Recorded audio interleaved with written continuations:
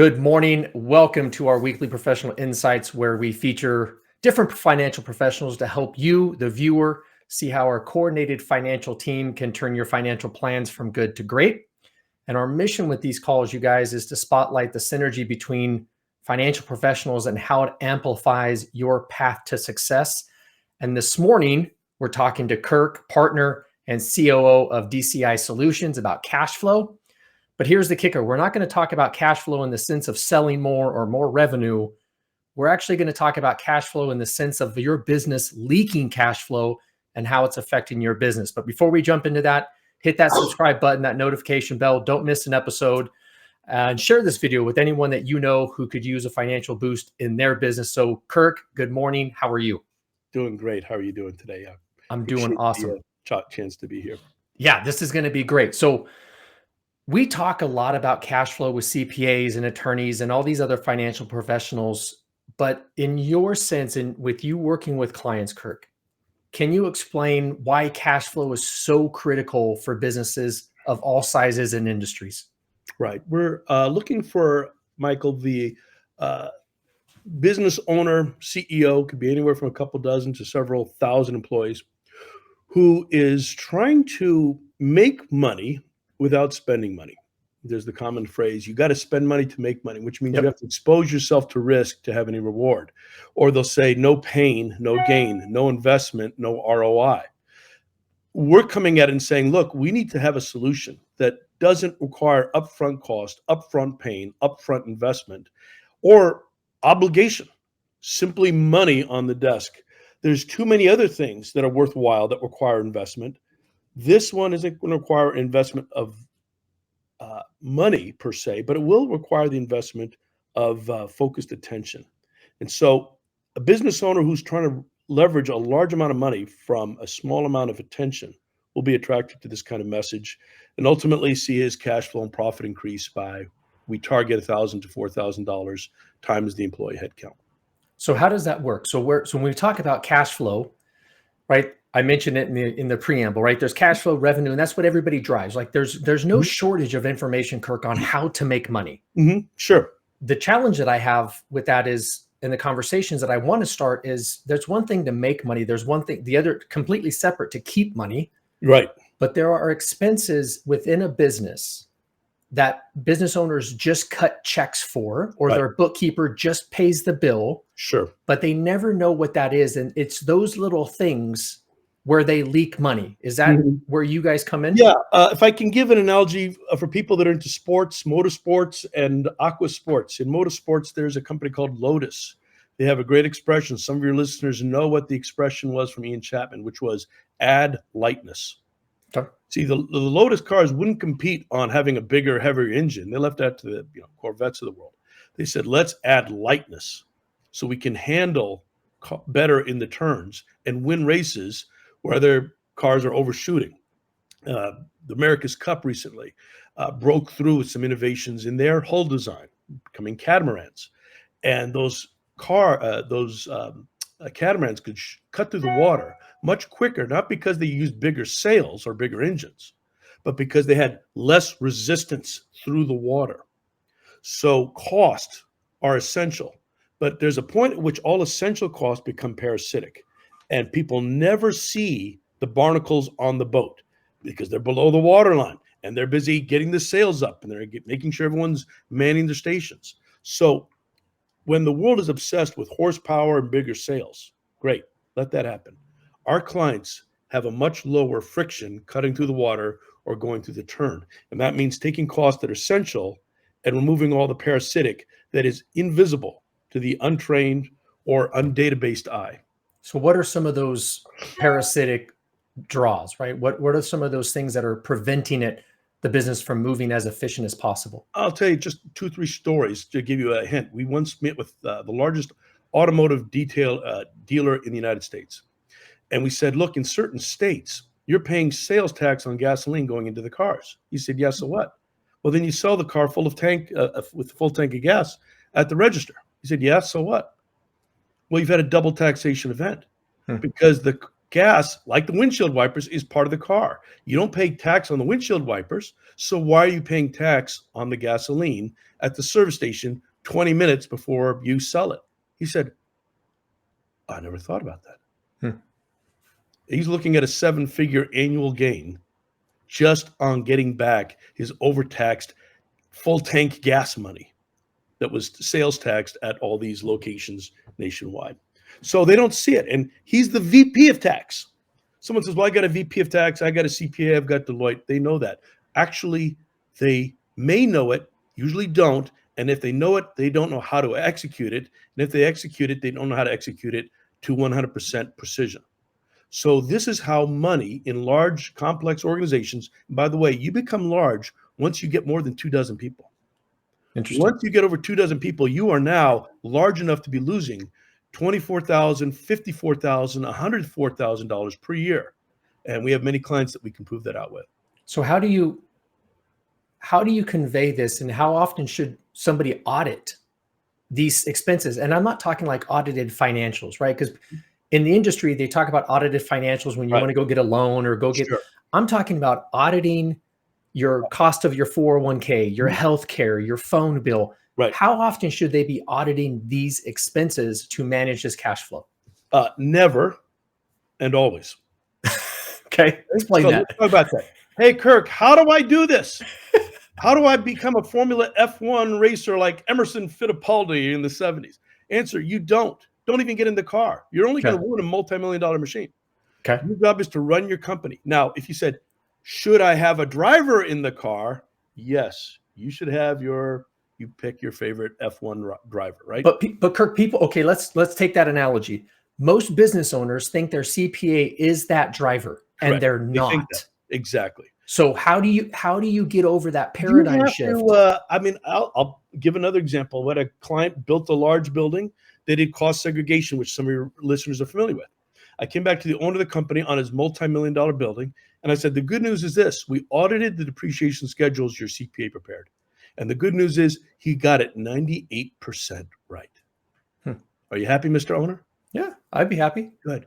Do you know what the 2% represents? No. A 5-figure net present value loss of tax. Okay. So in other words, you could have 100%, you could have an extra 2%, or I could give you $40,000. They're equal. This missing 2% or this $40,000 are essentially the same to you, Mr. Owner. Which would you rather have? Now imagine if it wasn't a $3 million building, but a $15 million. Or in one case, we did a client that had $1 billion in assets, largest real estate company out of the Silicon Valley. They were using a Big Four audit firm. We came in and said, we'd like to audit your depreciation schedules. We know you've done the cost seg. Let's find out what was left on the table. The CFO was wise enough to say, yes, what do I have to lose? He wasn't worried about embarrassing his CPA or himself or anybody else in the company. And on 2 buildings, they picked up $7.2 million of additional tax depreciation at their tax rate, tax bracket. It was a $2.4 million hard dollar tax-free gain on 2 buildings. So $2.4 million back in their pocket. Exact tax-free, right? Because it's after that, So because the way that you tax savings based upon a tax deduction, tax-free $2.4 million on 2 buildings out of their 24 Class A office building portfolio. So Kirk, we've gone through some of these processes, and I know that looking at your guys' website, there's a lot, right? There's a lot of boxes that you and I went over, and anybody can go to the website, the links below, to look at some of these sectors. Right. But without getting too deep into the process, how does DCI Solutions use some of these processes uncover $2 million of this or $50,000 of there? How do we do it? Right. How do you guys do that? So take the word how and slide the W from the end to the beginning. Who do we do it? I love it. Right? So that's why I said never and always. Never will you be the who. Always you should have the right who. Who is the who at DCI? It's over 50 different 10,000, 20,000 hour experts who spend 35 years of their life in some cases being the pricing director for one of the 2 largest, and there's only 2, parcel freight carriers. Okay. They oversee pricing. They know exactly how the pricing tariffs work, how the mins and the dims work, and they're able to come back and work this side of the fence now and say, you think you've got a great deal from FedEx or a great concession from UPS, but we're actually going to ask for this particular component that may not appear obvious to you, Mr. CFO, but if we ask for it, it rings in an extra 200,000 on top of the 400,000 that you've just already accomplished. So don't stop at 4. We're going all the way to 6. Now, if that CFO doesn't have that kind of outside help, he thinks, man, I just made a killing for my boss. I made a killing for the shareholders. And he'll never see the money he lost because he's only looking at the money he gained. That's human nature. So a lot of this is 50 plus who spent their life working at an autistic level of expertise in only one category. And you have to bring them all together to have a holistic solution. So Kirk, it seems very daunting. Like if I'm sitting back and I'm trying to run a business, I've got employees, I've got all these hats I'm wearing, it seems extremely daunting. How does a business owner get over the paradigm shift that I've got to run this by my CPA? Right. Or like any one of the dozen excuses business owners give to themselves as to why not to pursue something. How do you get past that paradigm? I once had to share a phrase with a chain of motorcycle shops. Okay. Sold very prosperous, very successful, very wealthy business owners. And one of the minor shareholders, who was also like a director of finance, said, Kirk, the thing you told me earlier, I haven't stopped thinking about. You said CPAs report, they don't reduce. So I see that now because I just finished showing her multiple attractive 6-figure savings opportunities. And she wanted to at first think, well, maybe my CPA should know this. And so I said, you can talk to your CPA, but I can assure you, his job is to keep you out of jail. His job is to keep you out of trouble with the IRS. His job is to make sure your quarterlies are filed on time and correctly. His job is not to optimize your utility tariffs at your stores. He doesn't know what a utility tariff is. Why would he? Why should he? And why should you place a false expectation that could only damage your relationship? And if it's unrealistic, people will either A, fake their way through an unrealistic expectation and pretend to do the work, in which case you're losing money and you never see it, or something else bad might happen. So you have to have a clarity that your CPA, although he can do many things, his number one job should be to source experts outside his lane that the CEO, owner of the company can interact with. And that's assuming the CPA has the owner's attention. How often does the CPA get the owner's attention? Maybe about 20 minutes twice a year. Well, and that's a whole different conversation, right? Why they should be better at that. So Kirk, this is, and CPAs are very territorial. A lot of professionals are. Sure. So how does your team work alongside the company's current financial team? And not disrupt that communication or process? That's a great question. Great question. So most of our clients come to us by way of their wealth manager, their banker, their attorney, or their CPA. But it's some parallel profession where they know we're not in their sandbox and they really don't even know what our sandbox is or how to play in it. So we're not ever competing with the attorney, the broker, the wealth manager, the wealth advisor, whoever it might be. And then number two, they're simply saying, look, Mr. CE owner, I sat down with Kirk and he showed me 19 different examples of healthcare savings, freight savings, sales tax savings, use tax savings, not ad valorem property tax assessment savings, savings on everything from my ADP, Ceridian, paychecks, UKG payroll processing fees, to my Fidelity 401k plan, to savings on my McKesson drug supplies, without violating the terms of my GPO or my existing vendor contracts. I've seen this. I've vetted it. I would like you to join so the three of us can talk to Kirk together. That's the smartest way. The CPA should never say, I heard a podcast. You should talk to this guy. What an awful way to communicate. The better way is to say, Kirk, I heard you talking to Mike and it sounded interesting. Can you walk me through some of those specifics that you made reference to that I see on your website? I want to make sure I know what it is and what it isn't. Now, that's a rare CPA. That's a rare banker. That's a rare person.